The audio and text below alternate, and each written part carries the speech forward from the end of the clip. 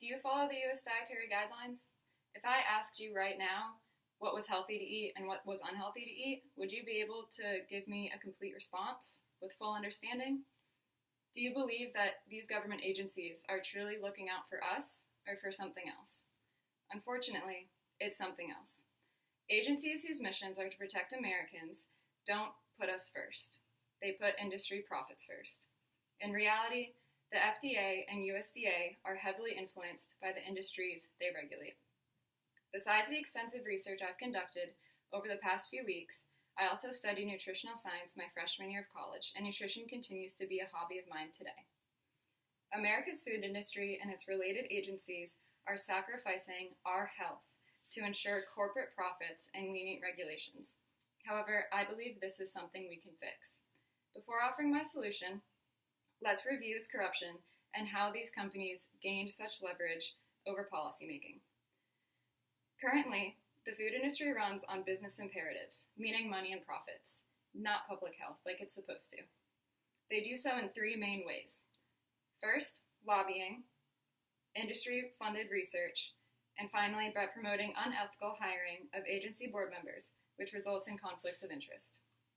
First, companies use campaign contributions to pressure and convince legislators to pass weaker regulations and secured perks, whether justified or not. According to a Quartz article written by Dina Shanker, the meat industry contributed $10.8 million to political campaigns in 2014 and an additional $6.9 million directly to lobbying the federal government. No wonder meat consumption is still advised on the U.S. dietary guidelines, despite overwhelming evidence listed on nutritionfacts.org plant-based diets category section that lists the benefits of a plant-based diet over meat. Second, research favors its sponsors. According to Marion Nestle, NYU professor of nutrition and food systems advocate, argues that companies deliberately manipulate research and that, quote, research shows strong correlations between funding and research outcomes. She found that 168 studies in 2014 were funded by food and beverage corporations. Of those 168 studies, 91% had biased results in favor of sponsors' interests. Finally, there are many conflicts of interests within the agencies. The USDA's three main functions are to ensure safe food supply, promote agricultural industry, and to give dietary advice. So, when American deaths are found to be related to increased consumption of agricultural products, the USDA has a problem. Jeff Herman says in volume 65 of the Food and Drug Law Journal, published in 2010, quote, if USDA follows the science, it violated its duty to promote the agricultural industry. If it protected the industry, it violated its duty to issue science-based dietary advice. The USDA has sometimes responded to this conflict by choosing industry over science. Further, it's right there in front of us. Just look at the Dietary Guidelines Committee, which is filled with conflicting members. Their members are funded by McDonald's, Coke, Dairy and Egg Boards, and the American Meat Institute, among others. Why would they ever recommend eating less of sugary drinks, of dairy, of meat, when it would lower their profits? America's government is advising its citizens, meaning the whole country is affected. Food is extremely important to society, culture, health, and the environment, all of which are negatively affected by this corruption. Therefore, almost every aspect of our lives are affected. America is already seeing rising rates of obesity, heart disease, and rising healthcare costs. Our health as a nation will continue to deteriorate if corporations become even more powerful and influential in determining guidelines and advice. The longer we wait, the harder it will be to change. Now on to my approach. My fix is a coordinated federal approach to food and agricultural policy and law, otherwise known as a national food strategy.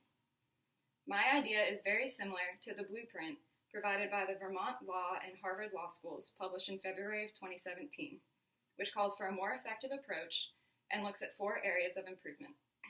First, we need more coordination. We need a lead office and interagency that also coordinates with local and state governments to look at their needs. Second, more participation. We need an advisory council outside of the federal government whose members hold a wide range of views, and it's imperative to incorporate the public. Third, we need more transparency and accountability. This means a public statement published that includes goals, missions, and metrics for measuring progress, as well as progress reports.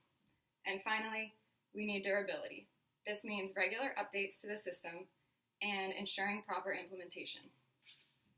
Emily Lieb, director of the Harvard Law School Food Policy and Law Clinic, states, quote, "A national food strategy can provide forum for greater participation and dialogue around food policy, offering opportunities to provide public comment on important food policy choices or solicit input to better understand how action in one area of a food system will produce long and short-term impacts in other areas of the food system," end quote. This will be funded by the federal government and enforced by the advisory council previously mentioned, whose members, again, will be outside the federal government, reducing influence and biases. This will take time to convince and influence members, but the long-term benefits are worth the efforts. My solution will reduce the number of agency members that are involved in the food industry, thereby reducing outside influence on policy and regulation decisions. It's impossible to operate with absolutely zero influence and bias, but this eliminates as much as possible. It is very low cost considering it only requires some rearranging, legal work, and time, but the benefits are huge. In the long run, it saves time and money by reducing overlap between agencies, creates for a better and healthier informed republic, meaning lower healthcare costs, and it's a more balanced and fair industry. Of course, there are worries. First, the food system is too large and countervailing, and its countervailing interests are too complicated to get its decision makers to come together. The second concern is that its goals and objectives would be too vague or call for too much change, rendering them meaningless. To them I say, look at the list of countries provided by the Vermont and Harvard Law schools that have already established such national food strategies. If the UK, among many other countries, can successfully publish and implement a comprehensive national food strategy as long as 10 years ago, what stops us from doing the same thing today? In closing, I have a few questions for you all.